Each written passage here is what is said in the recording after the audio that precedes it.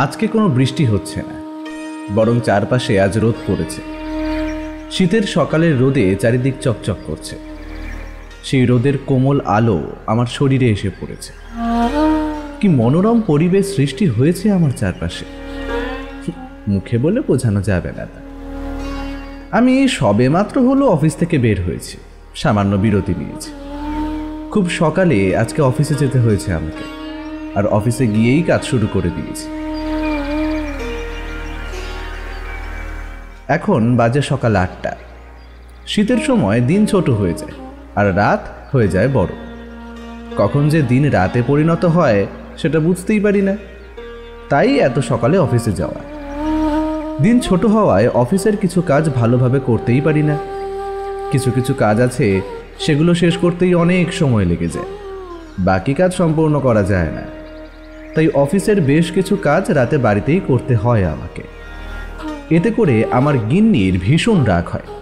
কিছুতেই গিন্নিকে বোঝাতে পারি না অফিসের কাজ আমার কাছে কতটা গুরুত্বপূর্ণ।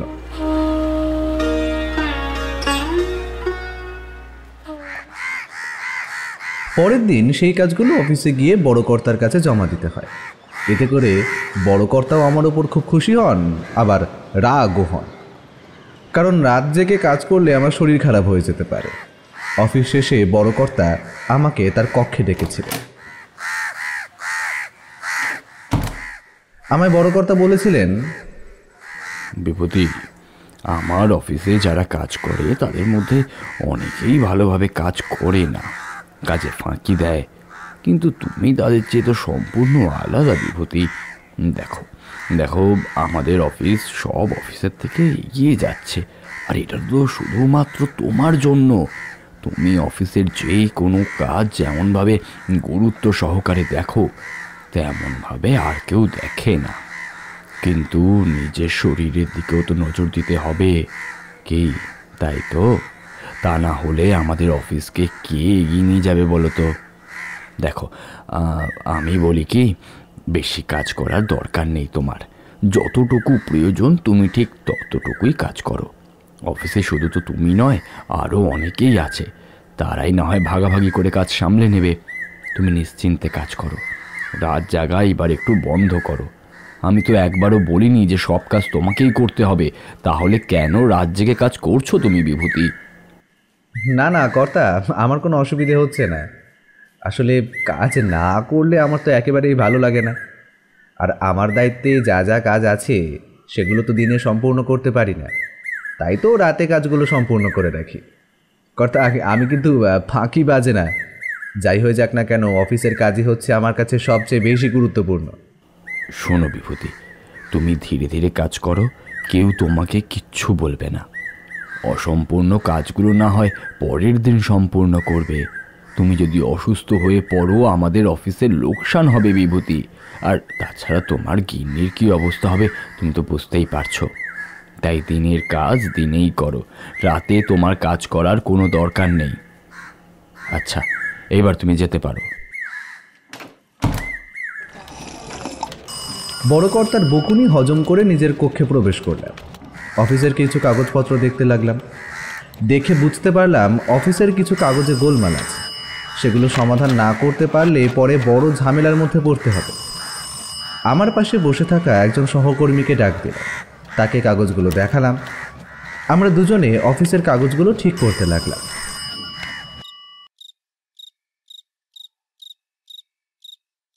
সম্পূর্ণ কাগজ ঠিক করে বাড়িতে আসতে আসতে হয়ে গেল বিকেল। আমার গিন্নি আমাকে দেখে আমাকে উদ্দেশ্য করে বলল, আজকেও কি রাত জাগবেন নাকি? আপনাকে কিন্তু আর আমি আজকে রাত জাগতে দেব না। নিজের কি অবস্থা হয়েছে একবার আয়নায় দেখেছেন কি? চোখের নিচে কালি পড়ে গেছে আপনার, শুকিয়ে যাচ্ছেন আপনি। কি সুন্দর চেহারা ছিল আপনার, আর এখন কি অবস্থা বলুন তো? আমি গিন্নিকে বললাম, তুমি জেনে খুশি হবে যে বড় কর্তা আমাকে রাত জেগে কাজ করতে মানা করেছেন। অসম্পূর্ণ হয়ে থাকা কাজ পরের দিনকে করতে বলেছেন। আপনার বড় কর্তা একদম ঠিক কথা বলেছেন। এভাবে যদি আরও 2-3 দিন রাত জেগে কাজ করতেন তাহলে আপনি অসুস্থ হয়ে পড়তেন। আচ্ছা, একটা কথা আপনাকে বলতেই ভুলে গিয়েছিলাম। কিশোরী ঠাকুরপো এসেছিলেন আমাদের বাড়িতে, অনেকক্ষণ আপনার জন্য অপেক্ষা করেছিলেন। সে কি, কিশোরী এসেছিল নাকি? তো ওকে কিছু খেতে দিয়েছিলে? হ্যাঁ, আমি তার জন্য তেলে ভাজার ব্যবস্থা করতে চেয়েছিলাম, কিন্তু তিনি মানা করলেন। বললেন এখন নাকি তিনি কিছু খাবেন না, আপনাকে নিয়ে ঠাকুরমশাইয়ের বাড়ি যাবেন, তখন দোকান থেকে তেলে ভাজা কিনে নেবেন। পরে আপনাকে সাথে নিয়ে নাকি একসাথে গল্প শুনতে শুনতে খাবেন। আপনার ফিরতে দেরি হচ্ছে দেখে বেরিয়ে গেলেন। কিশোরীটাও কি করে না! ঠাকুরমশাই যা বলেন তা গল্প নয় গো, সত্যি ঘটনা। আমিও আগে ঠাকুরমশাইয়ের ঘটনাগুলো সহজে বিশ্বাস করতে চাইতাম না। মাঝে মাঝে ঠাকুরমশাই আমাদের কিছু ভেলকি দেখাতেন, তারপরেও মন সায় দিত না। কিন্তু পাসাংমারায় গিয়ে আমার সব ধারণা পাল্টে যায়। ঠাকুরমশাই অমর জীবনের কথা আমাদের বলেছিলেন। সেই অমর জীবনের সাথে আমার দেখা হয়, তার সাথে কথাও হয়। তারপর থেকে ঠাকুরমশাইয়ের সব ঘটনা আমি বিশ্বাস করতে শুরু করি। ঠাকুরমশাইয়ের সত্যি ঘটনাগুলোকে গল্প বলে কিশোরী উড়িয়ে দেয়। এই কথাটা কিশোরী ঠাকুরমশাইকে বারবার বলে। কিশোরী ঠাকুরমশাইকে এইসব বলে রাগানোর চেষ্টা করে। কিশোরীর এই কথায় ঠাকুরমশাইয়ের কিন্তু ভীষণ রাগ হয়। তখন আমাকেই বাধ্য হয়ে ঠাকুরমশাইয়ের রাগটা ভাঙাতে হয়। বলছি, শোনো গিন্নি, আমি একটু বেরোচ্ছি, কিশোরীকে নিয়ে বরং একটু ঠাকুরমশাইয়ের বাড়িতে যাই। আজকে মনে হয় ঠাকুরমশাইয়ের জীবনে ঘটে যাওয়া কোনো না কোনো ঘটনা ঠিকই শুনতে পারবো। অনেকদিন হলো ঠাকুরমশাইয়ের বাড়িতে যাওয়া হয় না। আজকে যখন সময় পেয়েছি একটু ঘুরেই আসি না হয় ওনার বাড়ি থেকে। আচ্ছা ঠিক আছে, আপনি যান। ঠাকুরমশাইয়ের কাহিনী শেষ হলে তাড়াতাড়ি বাড়ি ফিরে আসবেন, কিন্তু বেশি দেরি করবেন না। আমি আপনার জন্য অপেক্ষা করব। আপনি আসলে একসাথে রাতের খাবার খাবো। আমি জানি আপনার আস্তে আস্তে রাত হয়ে যাবে। আমি গিন্নির কথা শুনে গিন্নিকে বললাম, আচ্ছা ঠিক আছে গিন্নি, তোমার কথা আমার মনে থাকবে। আমি রাত হওয়ার আগেই ফিরে আসব, ঠিক আছে? এখন তাহলে চলি।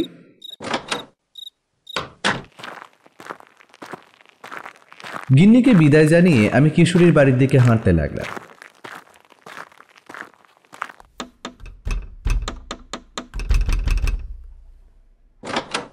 কিশোরীর বাড়িতে গিয়ে দরজায় কড়া নাড়তেই কিশোরী দরজা খুলে দিল। আমায় দেখে কিশোরী আমাকে বলল, আরে বিভূতি, আসো, ভিতরে আসো। তোমাকে তো পাওয়াই যায় না, অফিসের কাজে ব্যস্ত হয়ে গিয়েছো নাকি? হ্যাঁ, সেরকমই বলতে পারো। কয়েকদিন আসলে খুব ব্যস্ত ছিলাম, ঠিকমতো সময় বের করতে পারছিলাম না। আমি আরও কিছু বলতে যাচ্ছিলাম কিশোরীকে, তার আগেই কিশোরী আমাকে বলল, তোমার বাড়িতে গিয়েছিলাম বুঝলে বিভূতি, তুমি বাইরে ছিলে, তোমার জন্য অপেক্ষা করছিলাম আমি। তুমি না আসায় ফিরে এসেছি। আসলে ঠাকুরমশাইয়ের বাড়িতে যেতে চেয়েছিলাম গল্প শুনতে। একা একা গল্প শুনতে ভালো লাগে না, তুমি থাকলে খুব ভালো লাগে। তাছাড়া অফিস থেকে কিছুদিনের জন্য ছুটি নিয়েছি আমি। বাড়িতে একা থাকতে থাকতে আর ভালো লাগছিল না, তাই তোমাকে নিতে গিয়েছিলাম তোমার বাড়িতে। তোমার দেরি হচ্ছে দেখে বাড়িতে ফিরে এসেছি। আমি জানতাম তুমি আমার বাড়িতে আসবে, তাই ঠাকুরমশাইয়ের বাড়িতে না গিয়ে আমার বাড়িতেই ফিরে এসেছি। তাই তো বলি অফিসে তোমায় কেন দেখি না। আচ্ছা একটা কথা মন দিয়ে শোনো কিশোরী, তুমি কিন্তু একটু বেশি বাড়াবাড়ি করে যাচ্ছ। ঠাকুরমশাই কিন্তু আমাদের কোনো গল্প বলেন না, বরং তার জীবনে ঘটে যাওয়া ঘটনাগুলো আমাদের গল্পের আকারে শোনান। এটা তো তুমি ভালো করেই জানো। তারপরও ঠাকুরমশাইয়ের কাহিনীগুলোকে গল্প কেন বলছো? শোনো কিশোরী, ঠাকুরমশাইয়ের সামনে ভুলেও আপনার গল্প ভালো লাগছে, এরপর কি হলো, এইসব কিন্তু কিচ্ছু বলবে না, তোমাকে আগে থাকতেই বলে দিলাম। আচ্ছা বেশ, আর বলবো না। আসলে ঠাকুরমশাইকে রাগাতে ভালো লাগে আমার, তাই ঠাকুরমশাইয়ের জীবনে ঘটে যাওয়া কাহিনীগুলোকে বারবার গল্প বলি, সাথে তোমাকেও রাগাই ঠাকুরমশাইয়ের জীবনের ঘটে যাওয়া কাহিনীগুলোকে গল্প বলে। এবার এসব কথা বাদ দাও দেখি, চলো ঠাকুরমশাইয়ের বাড়ির দিকে যাওয়া যাক।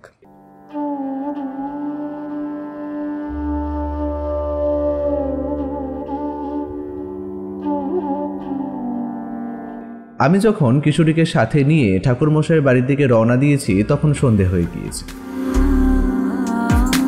খুব ঠান্ডাও লাগছে। আমাদের শরীরে দুটো শাল জড়ানো রয়েছে, তাতেও কাজ হচ্ছে না। কিশোরীকে দেখলাম একটা তেলে ভাজার দোকানে প্রবেশ করলো। সেখান থেকে বেশ কিছু তেলে ভাজাও কিনে নিল। বৃষ্টির দিনে যেমন গরম গরম তেলে ভাজার সাথে তারানাথের গল্প জমে যায়, আশা করি এই শীতের সন্ধ্যাতেও গরম গরম তেলে ভাজা আর সাথে ঠাকুরমশাইয়ের গল্প জমে যাবে। কিশোরীকে বললাম, কিশোরী সবই তো ঠিকই আছে, কিন্তু কিছু একটা জিনিস মনে হয় কিনতে ভুলে গেছি, বুঝলি? ঠাকুরমশাইয়ের জন্য পাসিং শো কিনেছো কি? তিনি কিন্তু পাসিং শো ছাড়া আমাদের তার জীবনে ঘটে যাওয়া কাহিনীগুলো ভালোভাবে বলতে পারবেন না, বলতে অসুবিধা হবে, তাই বললাম তোমায়। কিশোরী প্যান্টের পকেট থেকে পাসিং শো এর প্যাকেট বের করে আমাকে বলল, তার বলতে আমি প্রথমেই পাসিং শো কিনে নিয়েছি, এখন চলো।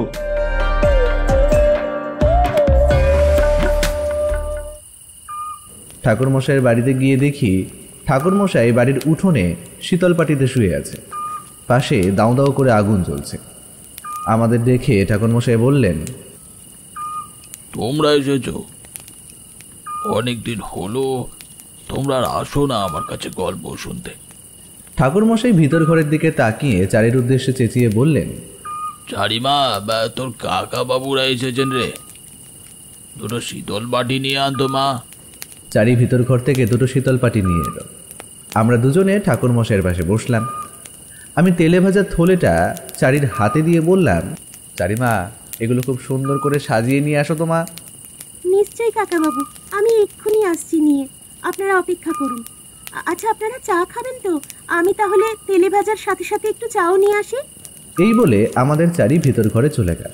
ঠাকুরমশাই আমাদেরকে উদ্দেশ্য করে বললেন, বৃষ্টির দিনে তক্ত বসের ওপর বসে গল্প শুনতে শুনতে চা, তেলে ভাজার মুড়ি মাখা খেতে যেমন ভালো লাগে, আশা করি এই শীতের সময় শীতল বাড়িতে বসে আগুনের উষ্ণতা আলিঙ্গন করতে করতে আর আমার গল্প শুনতে তোমাদের ভালোই লাগবে। কি বলো বিভূতি? হ্যাঁ, তার বলতে এটাই আমাদের প্রথম অভিজ্ঞতা। প্রত্যেকবার তো বৃষ্টির সময় আপনার গল্প শুনি, শীতের সময় আপনার সাথে ঘটে যাওয়া গল্পগুলো কখনো শোনা হয়নি। আপনি কি সুন্দর আগুন সাজিয়েছেন, হ্যাঁ? মনে হচ্ছে আপনি এক্ষুনি যজ্ঞে বসবেন। আমার কথা শুনে ঠাকুরমশাই হাসলেন। তিনি আমাদের বললেন, ঠিকই বলেছ বিভূতি, আমারও মনে হচ্ছে যজ্ঞের আগুন জ্বালিয়েছে, এখনই যজ্ঞে বসবো আর কি। কিন্তু এসব করার দিন ফুরিয়ে গেছে, এখন বুড়ো হয়েছি, অনেক শক্তিও হারিয়েছি। মধু সুন্দরী দেবীর কৃপায় একটার পর একটা দিন কেটে যায়, ভাত কাপড়ের অভাব হয় না। আমি তো আমার চারি মায়ের মাঝেই মধু সুন্দরী দেবীকে খুঁজে পাই, মনে হয় তিনি আমার সাথেই আছেন। তোমাদের তো সেই সব ঘটনা শুনিয়েছি। শেষবার যখন মধু সুন্দরী দেবী আমাকে সাক্ষাৎ দিয়েছিলেন, তখন দেবী চারিমাকে কিছু শক্তি দিয়েছিলেন। আমার যখনই শরীর খারাপ হয় বা একা একা লাগে, তখনই চারিমা চলে আসে আমার কাছে। মাঝে মাঝে জামাই বাবাজিকেও সঙ্গে নিয়ে আসে। দেবী যদি চারিমাকে আরো খানিক শক্তি দিতেন, তাহলে হয়তো চারিমায়েরা সংসার করা হতো না। ঠাকুরমশাইয়ের কথার মাঝেই চারি চলে গেল। আমাদের মাঝখানে গরম গরম তেলে ভাজা আর চায়ের থালাখানা রাখলো। আমি চায়ে চুমুক দিয়ে একটা বেগুনিতে কামড় দিয়ে চিবোতে চিবোতে ঠাকুরমশাইকে বললাম, আচ্ছা ঠাকুরমশাই, আপনি তো একবার সব সাধনা করেছিলেন, আপনার গুরু আপনাকে সাধনা চালিয়ে যেতেও বলেছিল, কিন্তু আপনি একটানা সেই সাধনা করতে পারেননি, আপনাকে গ্রামে যেতে হয়েছিল। তখন মনে হয় আপনি ওই কোনো একটা বিপদে পড়ে গিয়েছিলেন। আপনি যার মৃতদেহ নিয়ে সব সাধনা করছিলেন, তার আত্মা প্রতিশোধ নিতে আপনার কাছে এসেছিল। তখন ওই কাল ভৈরব আপনাকে বাঁচান। বিভূতি, তোমার তো দেখছি সবই মনে আছে। ঠাকুরমশাই, আপনি এখনো পর্যন্ত যা যা কাহিনী বলেছেন আমার সব মনে আছে, কিচ্ছু ভুলিনি। এই ঘটনার পর কি আর কোনো বিপদে আপনি পড়েছিলেন? না মানে বলতে চাইছি, মৃত্যুর কাছাকাছি গিয়ে ফিরে আসা, এরকম ঘটনা থাকলে তো আমাদের বলতে পারেন। দেখো বিভূতি, আমি অনেক মানুষের বিপদে পাশে দাঁড়িয়েছি, তাদেরকে বাঁচানোর জন্য অনেক ডাকিনী, হাকিনী, পিশাচ, বেতালের মুখোমুখি হয়েছে, তাদের সাথে যুদ্ধও করেছি। তবে আমি নিজেও বিপদে পড়েছি। কাল ভৈরব না থাকলে হয়তো আমি মারাই যেতাম সেদিন। তবে ওই ঘটনার অনেক বছর পর আরও একটা ঘটনা ঘটেছিল আমার সাথে। মানে তোমার ভাষ্য মতে মৃত্যুর কাছাকাছি গিয়ে ফিরে আসা। তাহলে ওই ঘটনাটাই আজ শোনো। ঘটনাটার দুটো ভাগ আছে, তবে দুটো ঘটনাই একে অপরের সাথে জড়িত।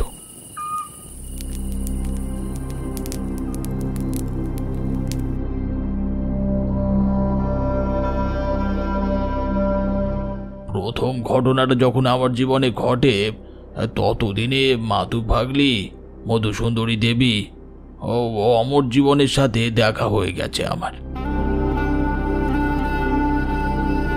অমর জীবনের কাহিনী তো তোমাদের বলেছি, তোমাদেরকে দেব দর্শনের কাহিনীও শুনিয়েছি। আশা করি পাশাং মারায় গিয়ে তোমার সাথে অমর জীবনে দেখা হয়েছে। কি বিভূতি, আমি ঠিক বলছি তো? হ্যাঁ ঠাকুরমশাই, আপনি একদম ঠিক বলেছেন। অমর জীবনের সাথে আমার দেখা হয়েছে। আপনি যে রকম বর্ণনা দিয়েছিলেন ঠিক সেই রকম, কোনো পরিবর্তন। অমর জীবনের বয়স সেই 35-এর মধ্যেই আটকে রয়েছে। ঠাকুরমশাই, ওই অমর জীবন ছেলেটা আসলে কে? সেটা আমি জানি না বিভূতি। এই প্রশ্নটা আমার মনের মধ্যেও বারবার উকি দিয়েছে। হতে পারে অমর জীবন কোনো উচ্চ শ্রেণীর আত্মা, অথবা ভগবানেরই কোনো একটা রূপ। অমর জীবনের সাথে যখন আমার প্রথম দেখা হয়, তখন অমর জীবন শেষবার আমাকে একটা কথা বলেছিল বাড়ি চলে যেতে। হ্যাঁ, প্রথমে অমর জীবনকে পাত্তা দিইনি, আমি পাগল মনে করেছিলাম। পরে বাড়ি গিয়ে বাবার কাছে অমর জীবনের কথা জানতে পারি। পরের দিনই আমার গায়ে জ্বর আসে। প্রায় 1.5 মাস লেগে যায় সেই জ্বর ভালো হতে। তবে সুস্থ হওয়া মাত্রই আমি আবার অজানার উদ্দেশ্যে বেরিয়ে পড়ি। মা আমায় কিছু বলেননি বা আটকানোর চেষ্টাও করেননি কখনো, কারণ মা হয়তো জানতেন আমি কোনো না কোনো সময় আবার বাড়িতে ফিরে আসব। প্রথম মায়ের কষ্ট লাগলেও ধীরে ধীরে মানিয়ে নেন মা। কিন্তু যখনই আমি মায়ের কাছে যেতাম, তখনই মায়ের চোখে জল দেখতে পেতাম। তাই সবসময় মায়ের সাথে বেশি সময় কাটাতাম। তবে বাবার সাথে তেমন একটা কথা হতো না আমার। বাইরে বাইরে ঘুরে বেড়ানোর জন্য বাবা আমার ওপর রেগেই থাকতেন। তাই বাড়িতে গেলেই বাবার বকুনি হজম করতে হতো আমাকে। কিন্তু কি করব বলো? সংসার জীবন আমার ভালো লাগতো না যে। ঘরে থাকলে এই দম বন্ধ হয়ে যেত। বাইরের জগৎ আমায় খুব টানত। বাড়ি থেকে বের হয়ে যেদিকে দু চোখ যায় সেই দিকেই হাঁটতে লাগলাম। যাওয়ার সময় বাবা আমার হাতে কিছু টাকা দিয়েছিলেন আর বলেছিলেন, তোমাকে কিছু টাকা দিলাম, চলার পথে কাজে লাগতে পারে। আমার বংশের অনেকেই সাধক ছিলেন, তারা সংসার জীবন ত্যাগ করে বাড়ি ছেড়েছেন। আর তোমার কথা অনেক আগেই অমর জীবন আমার বাবাকে বলে গেছিলেন। তোমাকে আমি আটকাবো না, সাবধানে যেও। বাবাকে খুব অসহায় লাগছিল সেদিন। যতই হোক বাবা তো। আমি জানি আমাকে বকাবকির সময় বাবার মন খারাপ হয়ে যেত। সেটা বাবা কোনো সময় প্রকাশ করতেন না, কিন্তু আমি অনুভব করতে পারতাম।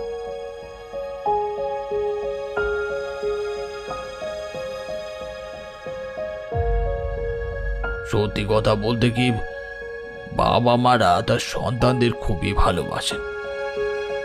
একটা সময় পর্যন্ত বাবা মা তার সন্তানদের হাত ছাড়া করেন না।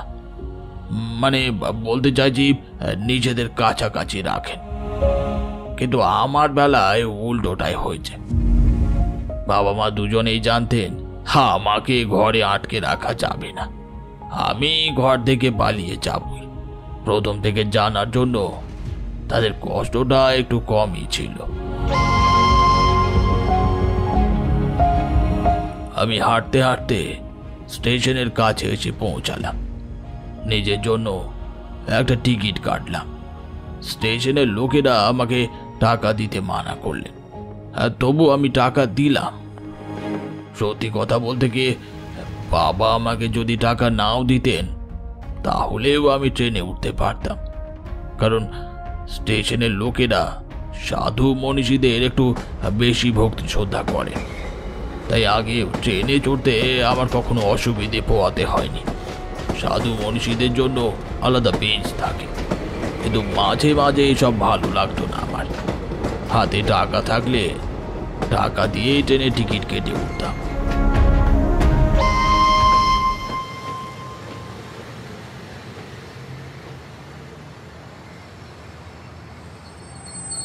ট্রেন থেকে নামার পর বেশ কিছুক্ষণ হাঁটতে লাগলাম। কোথায় যাচ্ছি কিছুই জানি না। জায়গাটা গ্রাম গ্রাম মনে হচ্ছিল। আরও একটু হাঁটতে লাগলাম। হ্যাঁ, আমার অনুমানই ঠিক, জায়গাটা সত্যি একটা গ্রাম।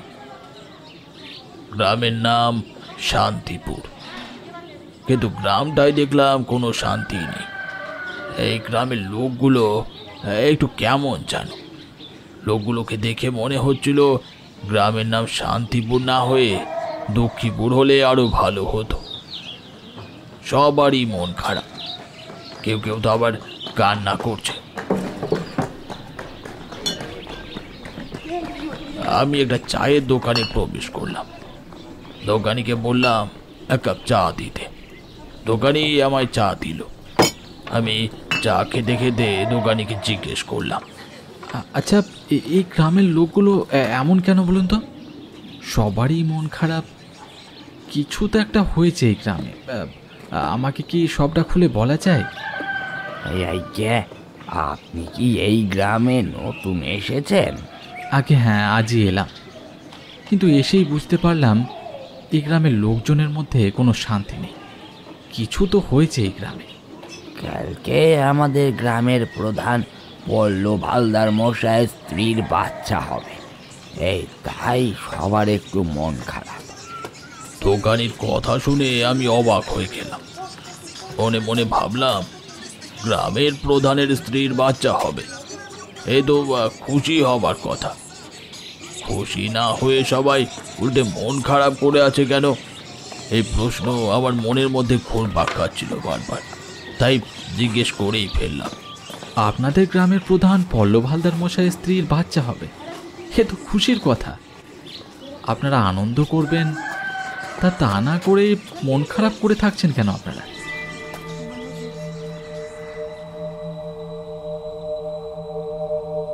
আপনি গ্রামে নতুন, তাই কিছু জানেন না। তা আপনার নাম কি? কোন জায়গা থেকে এসেছেন আপনি? আমি একজন তান্ত্রিক, আমার নাম তারানাথ চক্রবর্তী। আমি একজন ভবঘুরে মানুষ বলতে পারেন। এদিক সেদিক ঘুরে বেড়াই। এই গ্রামে আসার পর থেকে আমার মনে হচ্ছে এই গ্রামে কিছু একটা হয়েছে, খারাপ কিছু, যার কারণে সবার মন খারাপ থাকে সব সময়। আমার কথা শুনে দোকানি অবাক হয়ে গেলেন। তিনি আমায় বললেন, আপনি তান্ত্রিক? আগে হ্যাঁ। আগে আপনি ঠিক ধরেছেন বাবা। আপনি ভেতরে আসুন, ভেতরে আসুন, আপনাকে সবটা খুলে বলছি।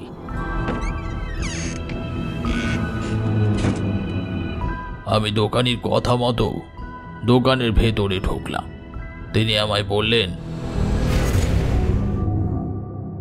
অনেক বছর আগে এই গ্রামেরই একটা মেয়ের নাম শ্রীরেখা। ও বিয়ে করে ওর স্বামীকে নিয়েই এই গ্রামে এসে সংসার শুরু করে।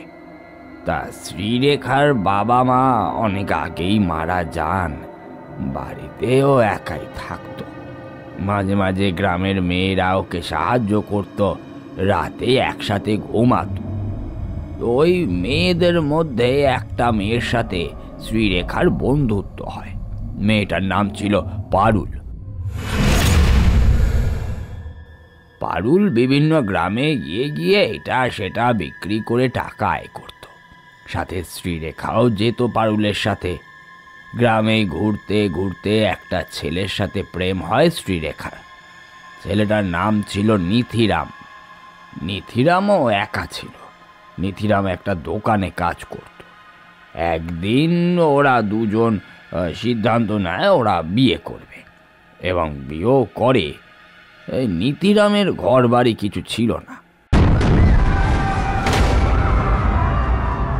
একটা দুর্ঘটনায় নিতিরামের বাড়িতে আগুন লেগে যায়। নিতিরামের বাবা মা তখনই মারা যায়। নিতিরাম তখন বাড়ির বাইরে ছিল। যখন নিতিরাম জানতে পারে ওর বাবা মা বেঁচে নেই, তখন পাগলের মতো করতে থাকে নিতিরাম। তখন নিতিরামের এক বন্ধু নিতিরামকে সঙ্গে নিয়ে নিজের গ্রামে নিয়ে যায় এবং একটা দোকানে কাজ দেয়। বলতে গেলে নিতিরাম ও শ্রীরেখা দুজনেরই পিছু টান নেই। তা ওরা বিয়ে করে এই শান্তিপুরে সেই নতুন সংসার জীবন শুরু করে। ওরা দুজনেই কাজ করে টাকা আয় করে নিজেদের সংসার এগিয়ে নিয়ে যায়। শ্রীরেখা আশেপাশের জঙ্গলে দিয়ে বিভিন্ন জিনিস জোগাড় করে গ্রামের বাইরে নিয়ে গিয়ে বিক্রি করে, আর নিতিরাম নিজেই গ্রামের একটা জায়গায় দোকান দিয়ে ব্যবসা শুরু করে। এভাবেই চলে যায় বেশ কয়েকটা বছর। এরপর আশেপাশের লোকজন নিতিরামকে বলে, এত বছর হয়ে গেল সংসার করছো, এখনো বাচ্চা নিচ্ছ না কেন? কোনো সমস্যা হয়ে থাকলে গ্রামের কবিরাজের সাথে তোমরা যাও, গিয়ে কথা বলো। নিতিরাম ও শ্রীরেখা গ্রামের কবিরাজের কাছে যায়। কবিরাজ ওদের দুজনকেই পরীক্ষা করে। পরীক্ষা করে কবিরাজ নিতিরামকে আড়ালে নিয়ে গিয়ে বলে, নিতিরামের স্ত্রী বন্ধা। নিতিরামের স্ত্রী শ্রীরেখা কোনো সময় মা হতে পারবে না। এই কথাটা শোনা মাত্রই নিতিরামের মাথায় আকাশ ভেঙে পড়ে। এরপর থেকে নিতিরাম আর শ্রীরেখার মধ্যে দূরত্ব বাড়তে থাকে।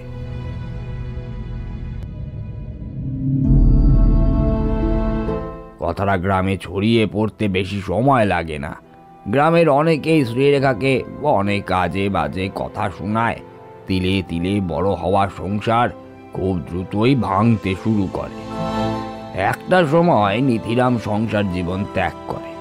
পরে শোনা যায় নিতিরাম মারা গেছে পাহাড় থেকে পড়ে।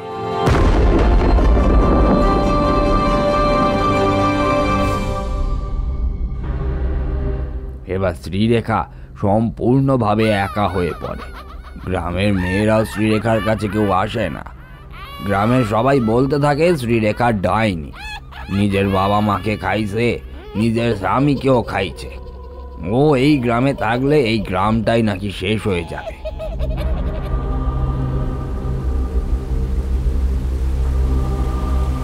তো এই ঘটনার 2-3 দিন পর গ্রামে বন্যা হয়। বন্যার সময় কেউ শ্রীরেখাকে সাহায্য করে না, এবং কিছুদিন স্বাভাবিক হয়ে যাবার পরও শ্রীরেখাকেও কেউ খোঁজে না। এরপর আরো 2 বছর কেটে যায়।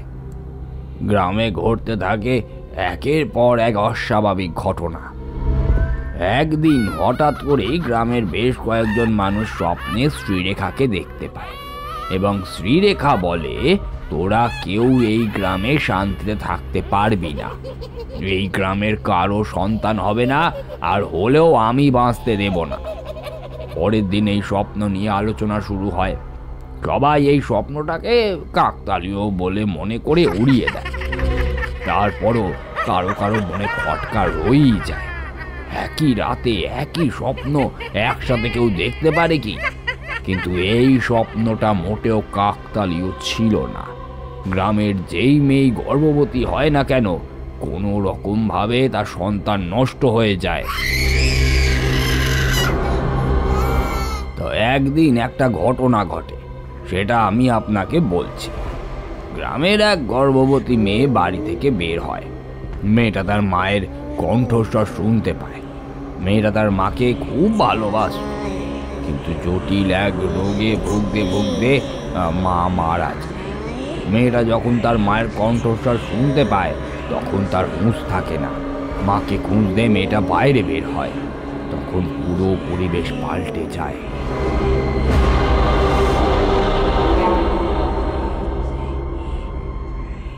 কোথাও কোনো শব্দ নেই, একেবারে গা ছমছমে রহস্যময় পরিবেশ বিরাজ করছে চারপাশে। তখন মেয়েটা একটা কালো ছায়া দেখতে পায়। ছায়ার ভিতর থেকে বের হয়ে আসে শ্রীরেখা। শ্রীরেখা ধীরে ধীরে মেয়েটার কাছে আসতে থাকে। শ্রীরেখা মেয়েটার কাছে এসে মেয়েটাকে বলতে থাকে, আমার খুব খিদে লেগেছে, আমাকে খেতে দাও, আমি তোমার বাচ্চাটাকেই খেতে চাই। কথাটা শোনা মাত্রই মেয়েটা জ্ঞান হারিয়ে ওইখানেই মাটিতে লুটিয়ে পড়ে যায়। পরে খুব সকালে বাড়ির লোকেরা বাড়ির উঠানে মেয়েটাকে দেখতে পায়। তখন বাড়ির লোকেরা মেয়েটাকে ভিতর ঘরে নিয়ে যায় এবং মেয়েটাকে জিজ্ঞাসা করে কি হয়েছে তার সাথে। মেয়েটা কিছুই বলতে পারে না। পরে মেয়েটার সন্তান নষ্ট হয়ে যায়। এরই মধ্যে আরেকটা ঘটনা ঘটে এই গ্রামে। গ্রামের আর একটা বাড়ির মেয়ের সন্তান হয়। কয়েকদিন সব কিছু ঠিকই থাকে, কিন্তু একদিন সন্ধ্যার দিকে বাচ্চার মা বাচ্চাকে বাড়ির সামনে রেখে বাচ্চার জন্য খাবার আনতে ঘরের ভিতরে যায় এবং এসে দেখে শ্রীরেখা বাচ্চার উপরে বসে আছে। এই দৃশ্য দেখে কোনো মা কি স্বাভাবিকভাবে থাকতে পারে? হ্যাঁ বলেন তো বাবা। এরপর এই গ্রামে আর কেউ বাচ্চা নেয় না। সেই থেকে সবারই মন খারাপ হয়ে যায়, স্বাভাবিকভাবে থাকতে পারে না কেউই। কালকে গ্রামের প্রধানের বাচ্চা হবে, মানে ওই শ্রীরেখাও ফিরে আসবে, আরও একটা বাচ্চা মারা যাবে নিষ্ঠুরভাবে। এই কারণেই গ্রামের সবারই মন খুব খারাপ।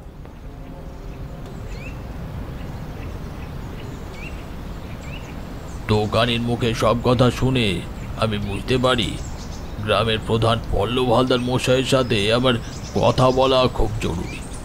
আমি দোকানিকে বললাম, আচ্ছা আপনি আমাকে আপনাদের গ্রামের প্রধান পল্লব হালদার মশাইয়ের বাড়ি নিয়ে চলুন না, আমি তার সাথে কিছু কথা বলব।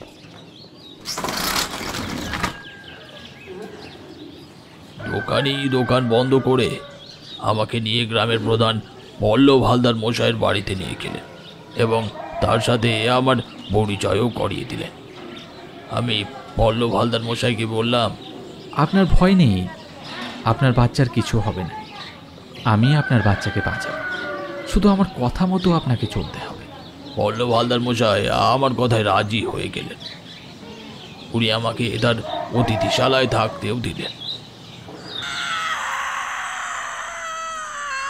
পরের দিন বিকেলবেলা হঠাৎ তার স্ত্রীর প্রসব যন্ত্রণা আরম্ভ হলো। আমি বুঝতে পারলাম শ্রীরেখার আসার সময় এসে গেছে, ওকে আটকাতে হবে। পল্লব হালদার মশাই তার বাড়ির একজন পাহারাদারকে গ্রামের খুব বয়স্ক এক মহিলাকে আনতে আদেশ দিলেন। পাহারাদার সেই মহিলা আর তার সাথে তার কিছু সাথীকে নিয়ে এলো। আমি পল্লব মশাইকে বললাম, আপনার বাড়ির মেঝেতে আমি দুটো বড় বৃত্ত আঁকব। একটা বৃত্তের চারপাশে আমি একটা দেওয়াল তৈরি করব, তবে সেটা সাধারণ কোনো মানুষ দেখতে পাবে না। বৃত্ত আঁকার জন্য যা যা প্রয়োজন সেগুলো এক এক করে পল্লব মশাইকে বললাম। আর এও বললাম আমার একজন কিশোরী মেয়েকে দরকার। পল্লব মশাই আমার কথা মতো সেগুলো জোগাড় করে দিলেন আর একজন কিশোরী মেয়েকেও এনে দিলেন। আমি আমার কাজ শুরু করে দিলাম।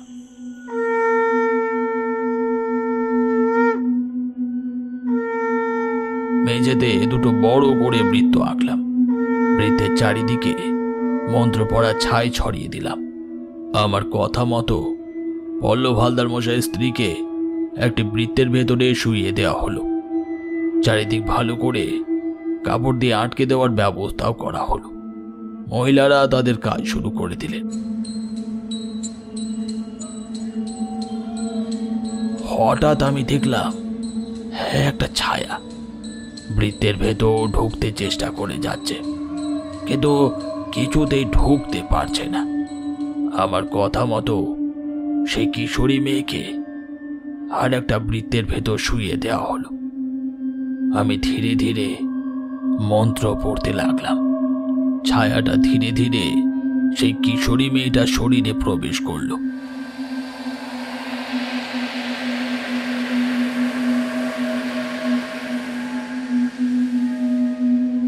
আমি বললাম, নাম কি তোমার? আমার নাম শ্রীরেখা। শ্রীরেখা, তুমি কি কারণে নিষ্পাপ বাচ্চাগুলোকে মারছো?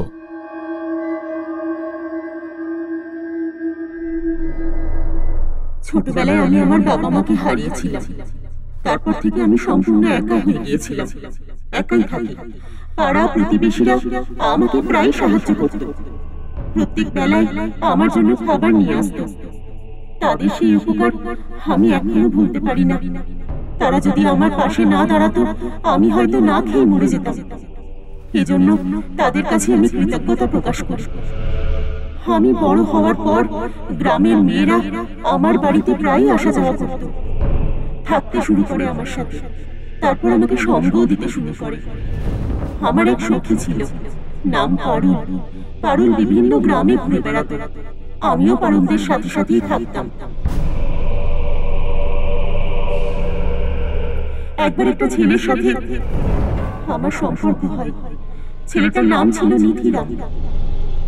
একদিন আমরা সিদ্ধান্ত নিই যে আমরা বিয়ে করব। বিয়েও করি।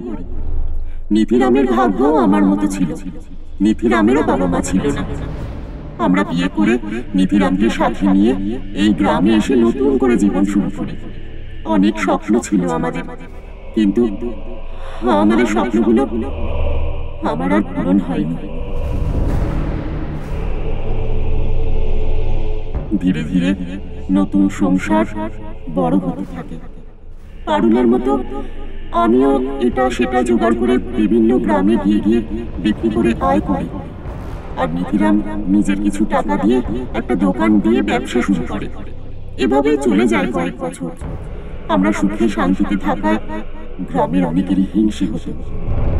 আমার সন্তান হচ্ছে না দেখে একদিন নিধিরাম আমাকে গ্রামের কবিরাজের কাছে নিয়ে যায়। কবিরাজ নিধিরামকে বলে যে আমি বন্ধা, আমি আর কোনোদিন মা হতে পারবো না। কথাটা শুনে আমার খুব খারাপ লেগেছিল। ভেবেছিলাম সবাই আমাদের পাশে থাকবে, কিন্তু আমার ধারণা ভুল ছিল।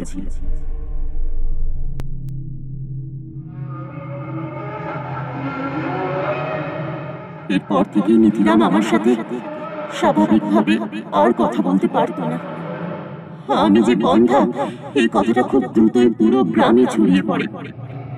আমাকে সবাই আজে বাজে কথা শোনাতে থাকে। নিধিরামকে কেউ বা কারা এমন ভাবে মগজ ধোলাই করেছিল যাতে করে নিধিরাম সংসার জীবন ত্যাগ করে। পরে শুনতে পাই আমার স্বামী নিধিরাম মারা গিয়েছে। সবাই আমাকে ডাইনি বলে। আমি নাকি আমার বাবা মা ও নিজের স্বামীকে খেয়েছি। আমি নাকি এই গ্রামে থাকলে পুরো গ্রামটাই শেষ হয়ে যাবে। এরপর গ্রামে প্রচুর পরিমাণে বন্যা হয়। সেই বন্যায় আমি মারা যাই। আমার বিপদের সময় সবাই আমার পাশে দাঁড়াতে পারতো, কিন্তু দাঁড়ায়নি। নিধিরামকে বোঝাতে পারত, কিন্তু তারা সেটা করেনি। সবকিছু স্বাভাবিক হওয়ার পরও কেউ আমার খোঁজ নেয়নি। আমার সাথে সবাই অন্যায় করেছে। আমার লাশ এখনো আমার বাড়িতেই পড়ে আছে। আমি সুখী হতে পারিনি। আমি মরেও শান্তি পাইনি। তাই গ্রামের কাউকে আমি সুখী হতে দেব না। ঠাকুর মশাই, বন্ধা হওয়া কি অপরাধ? এটা কি আমার হাতে? যার জন্য আমাকে কথা শুনতে হলো, শেষ হয়ে যেতে হলো, দয়া করে আমাকে একটু বলবেন। আমি আমার বাবা মা, আমার স্বামীকে হারিয়েছি।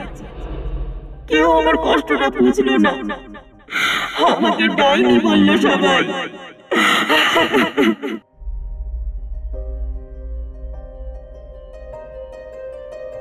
এ কথা বলেই কিশোরী মেয়েটা জ্ঞান হারিয়ে মাটিতে লুটিয়ে পড়ল। আগের দিনে মেয়েদেরকে কেউ মূল্যায়ন করতো না বিভূতি।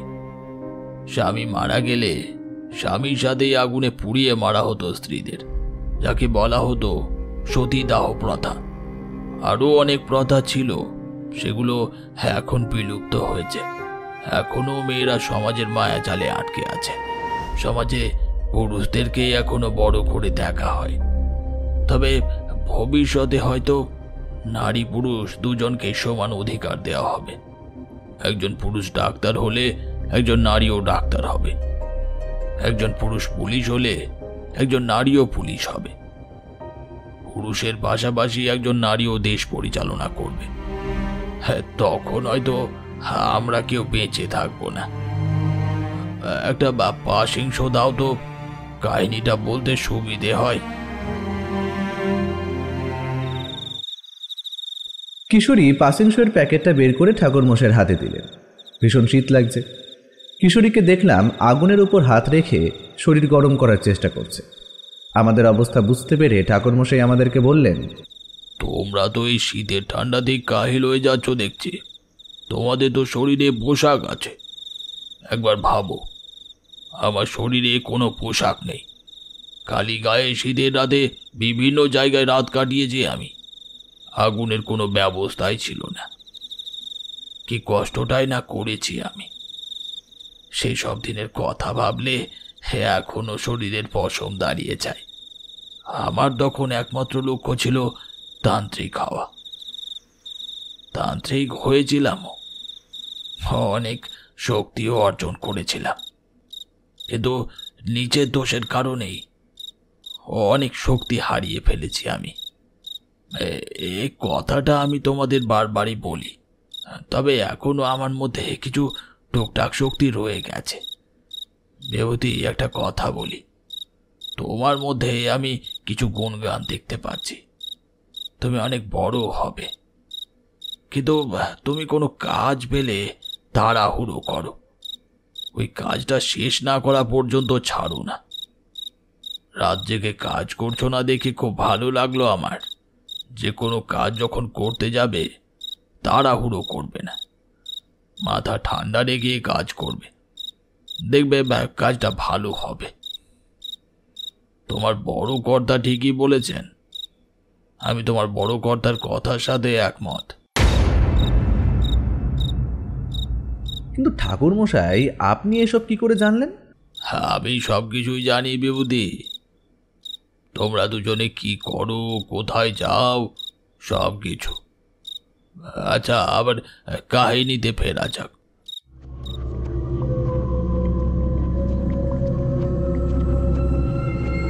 আমি পল্লব মশাইকে বললাম, আমাদেরকে শ্রীরেখার বাড়িতে যেতে হবে। আমার ধারণা তার মৃতদেহ তার বাড়িতেই আছে। তার দেহটাকে নিয়ে এসে দাহ করতে হবে, তাহলে এই শ্রীরেখার আত্মা শান্তি পাবে। পল্লব মশাই আমাকে এবং আরো কয়েকজন লোককে সাথে নিয়ে শ্রীরেখার বাড়িতে গেলেন। আর তার বাড়িতে গিয়েই একটা কঙ্কাল দেখতে পেলাম আমরা সবাই। আমি পল্লব মশাইকে বললাম, গ্রামের সবাইকে সাথে করে নিয়ে কঙ্কালটা শ্মশানে নিয়ে গিয়ে দাহ করার ব্যবস্থা করুন, খুব তাড়াতাড়ি করুন, হাতে কিন্তু সময় নেই। আমার কথা মতোই খুব দ্রুত শ্রীরেখার কঙ্কালকে শ্মশানে নিয়ে গিয়ে দাহ করার ব্যবস্থা করা হলো। দাহ সম্পূর্ণ হলে আমরা সবাই পল্লব মশাইয়ের বাড়িতে ফিরে এলাম। আর গিয়েই শুনতে পেলাম কান্নার শব্দ।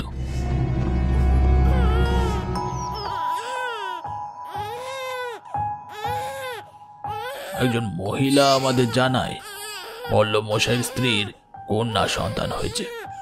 আমরা ভেতর ঘরে প্রবেশ করলাম। দেখতে পেলাম পল্লব মশাইয়ের স্ত্রী বিছানায় শুয়ে আছেন, আর তার পাশে শুয়ে আছে পল্লব মশাইয়ের মেয়ে। কি সুন্দর চেহারা তার, চোখ যেন ফেরানো যায় না। পল্লব মশাইয়ের স্ত্রী আমাকে বললেন, বাবা, আপনি আমাদের মেয়েকে কোলে তুলে নিন, আর সুন্দর নাম দেন বরং। আমি বাচ্চাটাকে কোলে তুলে আদর করতে লাগলাম এবং বললাম, ওর নাম হবে শ্রীরেখা। আপনার কথাই রাখা হবে বাবা, আজ থেকে ওর নাম শ্রীরেখা। আমি পল্লব মশাই ও তার স্ত্রীকে বললাম, আপনাদের আপ্যায়ন আমি কোনোদিন ভুলব না, কিন্তু আমার কাজ শেষ। এবার আমায় অনুমতি দিন, আমায় যেতে হবে। বাবা, বাবা, আরও কিছুদিন থেকে যান গ্রামে। পুরো গ্রামটা তো এখন আপনি ঘুরেই দেখেননি। আপনি চলে গেলে কিন্তু আমরা খুব কষ্ট পাবো বাবা। পল্লব মশাইয়ের কথা ফেলতে পারলাম না আমি, তাই কয়েকদিনের জন্য থেকে গেলাম শান্তিপুর গ্রামে। এবার শান্তিপুর গ্রামটা সত্যি শান্তিতে ভরে উঠল। সবার মুখেই ফুটে উঠল হাসি।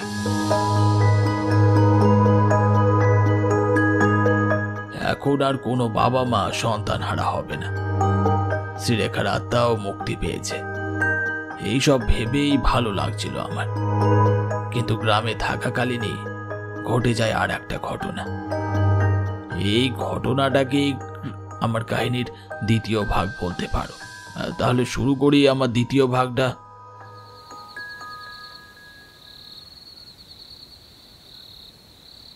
এই বলে ঠাকুরমশাই আমাদের তার কাহিনী শোনাতে যাবেন।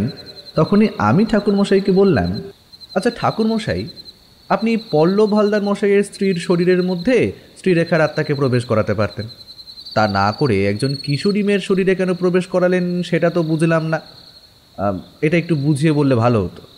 শ্রীরেখা কিন্তু গর্ভবতী মেয়েদের শরীরে প্রবেশ করত এবং তাদের পেটের বাচ্চাকে মেরে ফেলত। আর যাদের শরীরে প্রবেশ করতে পারত না, তাদের বাচ্চাকে সে একা পেলে মেরে ফেলত।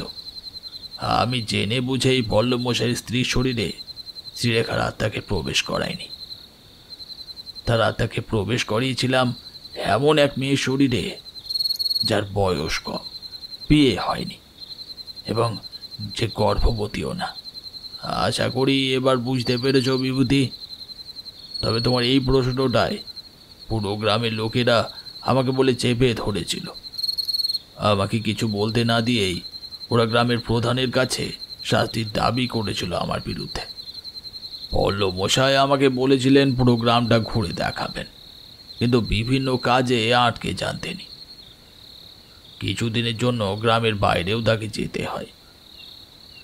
তাকে না বলেই গ্রাম থেকে চলে যেতে আমার ইচ্ছে করছিল না। শ্রীরেখার আত্মাকে মুক্তি দেওয়ার পর থেকেই গ্রামের সবাই আমাকে আরো আপন করে নিয়েছিল। আমিও মিশে গিয়েছিলাম তাদের সাথে। আর তোমরা তো জানোই আমার মাছ ধরার নেশা আছে। বিকেলবেলা গ্রামের জেলেরা নদীতে মাছ ধরতে যেত আর ফিরে আসতো সেই রাতের বেলা। আমিও 2-3 দিন গিয়েছিলাম তাদের সাথে। একসাথে অনেক সময় কাটিয়েছিলাম, বড়শি দিয়ে মাছও ধরেছিলাম। এটা দেখে ভালো লাগছিল যে শান্তিপুর গ্রামে যখন প্রথম আসি তখন চারপাশের লোকগুলোকে দেখে মনে হচ্ছিল এরা কথাই বলতে পারে না, কারোর সাথেই মিশতে পারে না। একমাত্র দোকানি ছাড়া তো কেউ আমার সাথে কথাই বলেনি। কিন্তু এখন সবাই এমনভাবে আমার সাথে কথা বলছে যেন মনে হচ্ছে আমি তাদেরই লোক। আগের দিনে গ্রামের লোকগুলো অনেক সহজ সরল ছিল। তারা সহজেই সবাইকে আপন করে নিতে পারত। কিন্তু খারাপ সময়ে গ্রামের লোকেরা পুরোপুরি পাল্টে গিয়েছিল। তাদেরকে আগের রূপে ফিরিয়ে আনতে পেরে খুব ভালো লাগছিল আমার। এইভাবেই এইসব করতে করতে 1 সপ্তাহ চলে যায়। পল্লব মশাইও গ্রামে ফিরে আসেন। ফিরে সেই দিনই আমায় বলেন, বাবা, আমি দুঃখিত আমি আপনাকে ভালোভাবে সময় দিতে পারিনি। আপনি যদি আরও 2-3 দিন থাকেন তাহলে আমি খুব খুশি হব বাবা। কালকে সকালের খাবার খেয়ে আপনাকে নিয়ে বেরিয়ে পড়ব গ্রাম দেখাতে। আপনি সময় মতো তৈরি হয়ে থাকবেন। আপনাকে কালকে পুরো গ্রামটা আমি ঘুরিয়ে দেখাবো। পরের দিন সকালের খাবার খেয়ে তৈরি হয়ে নিলাম। পল্লব মশাই আমাকে নিয়ে গেলেন গ্রাম দেখাতে। পল্লব মশাই আমাকে গ্রামের বিভিন্ন জায়গায় নিয়ে যেতে লাগলেন। সত্যি শান্তিপুর গ্রামটা অনেক সুন্দর। আমি অনেক সুন্দর সুন্দর গ্রামে গেছি। আমাকে তুমি যদি সব চাইতে সুন্দর গ্রামের তালিকা করতে বলো তাহলে আমি বলবো শান্তিপুর গ্রামটা তালিকার ওপরের দিকেই থাকবে। পল্লব মশাইয়ের সাথে ঘুরতে ঘুরতে আমরা একেবারে গ্রামের শেষ প্রান্তে চলে এসেছি। ঠিক তখনই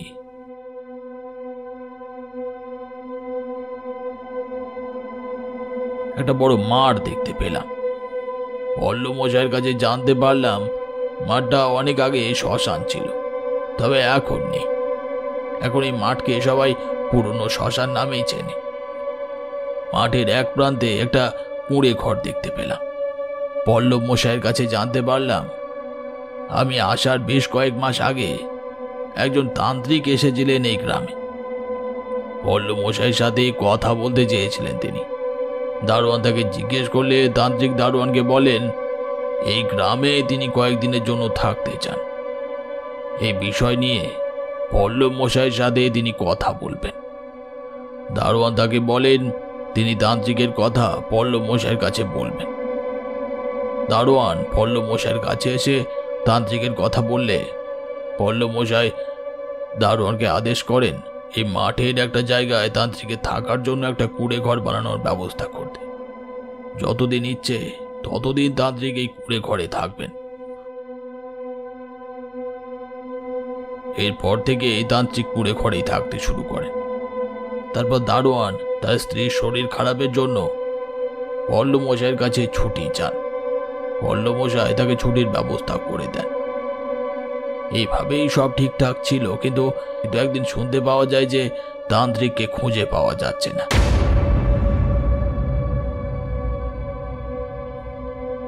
এরপর থেকে কুঁড়ে ঘরটা এইভাবেই পড়ে আছে মাঠের এই জায়গায়। আমি পল্লব মশাইকে সাথে নিয়ে কুঁড়ে ঘরের ভেতরে প্রবেশ করলাম। কুঁড়ে ঘরে প্রবেশ করেই তন্ত্র সাধনার টুকটাক জিনিসপত্র দেখতে পেলাম। মনের মধ্যে অজানা এক আতঙ্ক উঁকি দিচ্ছিল বারবার। মন আমাকে জানান দিচ্ছিল সামনে ভয়ঙ্কর কিছু একটা ঘটতে চলেছে। কুঁড়ে ঘর থেকে বের হয়ে পল্লব মশাইকে সাথে নিয়ে তার বাড়িতে ফিরে এলাম।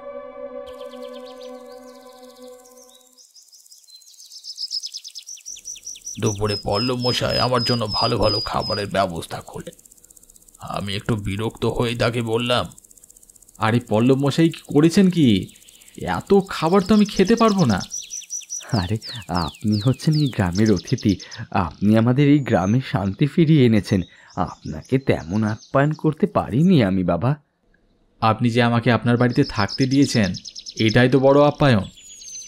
আগেই তো আমি বলেছি আপনার আপ্যায়ন আমি কোনো সময় ভুলব না, কিন্তু এত খাবার নষ্ট হবে যে, আমি তো এত খাবার খেতে পারবো না। গ্রামের প্রধান পল্লব মশাইকে খুব ভালো লাগলো আমার।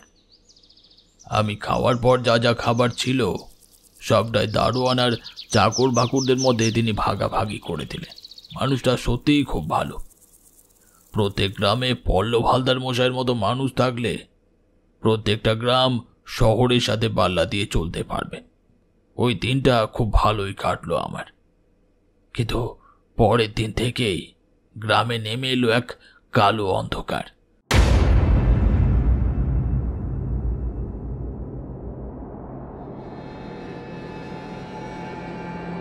একের পরে এক কিশোরী মেয়ের কাটা মাথা পাওয়া যেতে শুরু করলো পুরনো শ্মশানে। গ্রামের সবাই আমার ওপর ক্ষেপে উঠল। সবাই ভাবতে শুরু করলো এসবের জন্য আমিই দায়ী।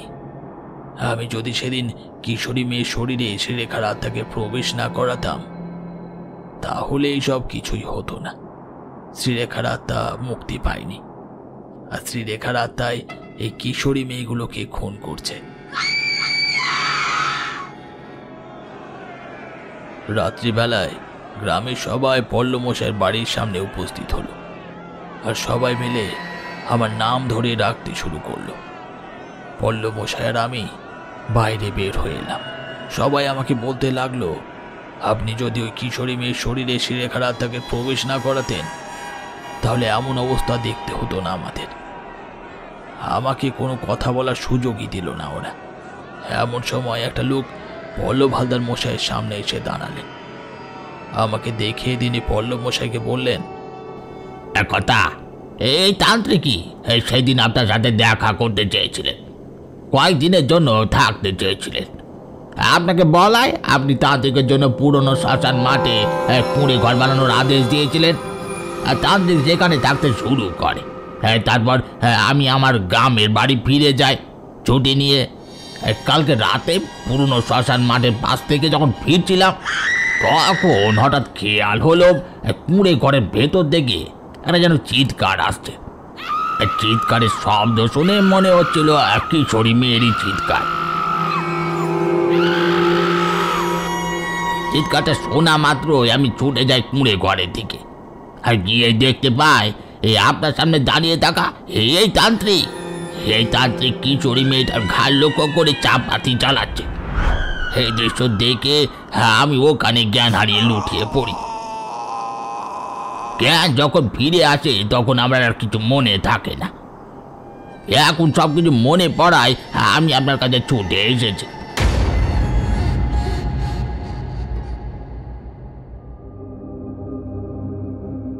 লোকটার কথা শুনে আমি কথা বলার ভাষা হারিয়ে ফেলেছিলাম। সব কিছু বুঝতে পারলাম। আমাকে ফাঁদে আটকে ফেলা হয়েছে। পল্লবমশাই কিংকর্তব্য বিমূঢ়ের মতো হয়ে গেলেন।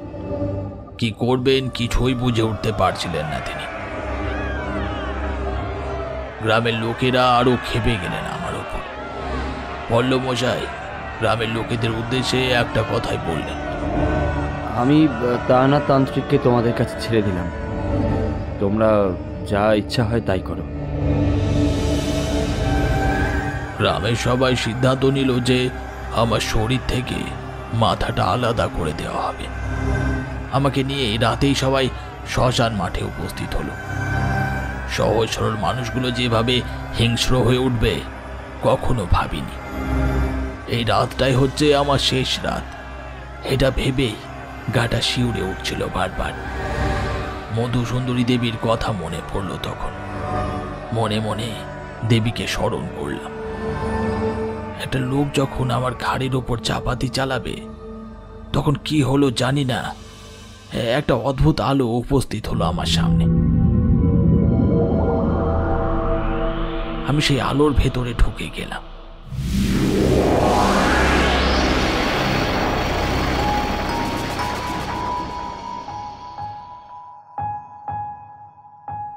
যখন জ্ঞান ফিরল তখন দেখলাম সবাই গোল হয়ে দাঁড়িয়ে আছে। আমাকে দেখে সবাই চমকে উঠল। আমি তাদেরকে উদ্দেশ্য করে বললাম, তোমরা সবাই মায়াজালে আটকে পড়েছিলে, হারিয়ে ফেলেছিলে নিজের চেতনা। তোমরা যাকে বলি দিয়েছ সে কিন্তু আমি নই, সে হচ্ছে সেই কাপালিক যাকে আমি শাস্তি দিয়েছিলাম। কাপালিকটা আমার মায়ের ক্ষতি করতে চেয়েছিল, তাই আমি তাকে শাস্তি দিয়েছিলাম। শ্রীরেখার আত্মা সত্যিই মুক্তি পেয়েছে। কাপালিক জানতো যে আমি এই গ্রামে আসব, তাই প্রতিশোধ নিতে আমার আসার আগেই সে আমার রূপ ধরে কুঁড়ে ঘরে থাকতে শুরু করেছিল। কাপালিক জানতো আমি শ্রীরেখার আত্মার মুক্তি দেব, এবং এও জানতো যে আমি এক কিশোরী মেয়ের শরীরে তার আত্মাকে প্রবেশ করাবো। যখন কাপালিক দেখল আমি শ্রীরেখার আত্মাকে মুক্তি দিয়েছি, তখন কাপালিক এই মায়াজাল সৃষ্টি করল। গ্রামের কোনো কিশোরী মারা যায়নি, সবটাই তোমাদের চোখের ভ্রম। গ্রামের সবাই ভুল বুঝতে পেরে আমার কাছে ক্ষমা চাইল। আমি সবাইকে উদ্দেশ্য করে বললাম, ক্ষমা চাওয়ার মতো কিছু হয়নি। তোমরা যা করেছো অবচেতন মনেই করেছো, তাই ক্ষমা চাওয়ার প্রশ্নই আসে না। পল্লবমশাইও আমার কাছে ক্ষমা চেয়েছিলেন। আমি তাকে একটা কথাই বলেছিলাম, আপনার সেই দারোয়ান কিন্তু বেঁচে নেই। আপনিও মায়াজালে আটকে পড়েছিলেন। আপনার দারোয়ানকে গ্রামে যাওয়ার পথেই কাপালিক হত্যা করেছিল, আর সেই রাতে যা যা ঘটেছে সবটাই মায়া, তাই ক্ষমা চাওয়ার প্রশ্নই আসে না। তবে এবার আমার যাওয়ার সময় হয়েছে, এবার আমাকে যেতে হবে। আমি দেখলাম পল্লবমশাইয়ের মন খারাপ।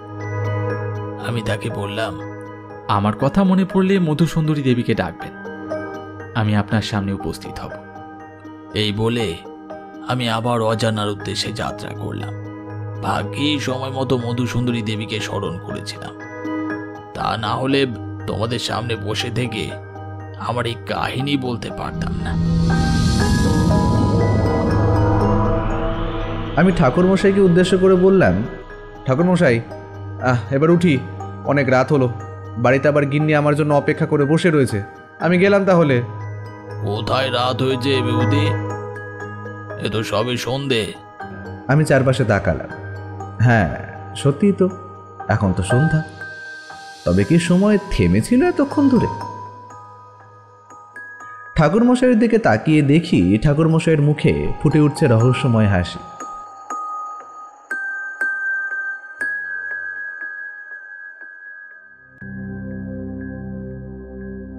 কেমন লাগলো আমাদের আজকের নিবেদন নকল তারানাথ?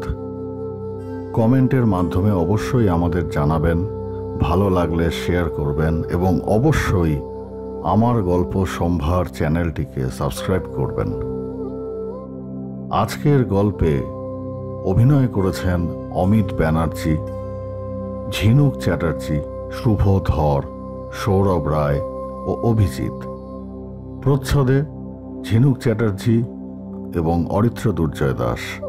এডিটিং রিম্পা ঘোষ। নাট্যরূপ মৌমিতা সাহা। আজকের এই গল্পটির লেখক হলেন সিগমা সানিম। এই গল্পটির সূত্রধর আমি অরিত্র দুর্জয় দাস। তাহলে ভালো থাকবেন, সুস্থ থাকবেন এবং এইভাবেই আমাদের সঙ্গে থাকবেন এই কামনাই করি। শুভরাত্রি।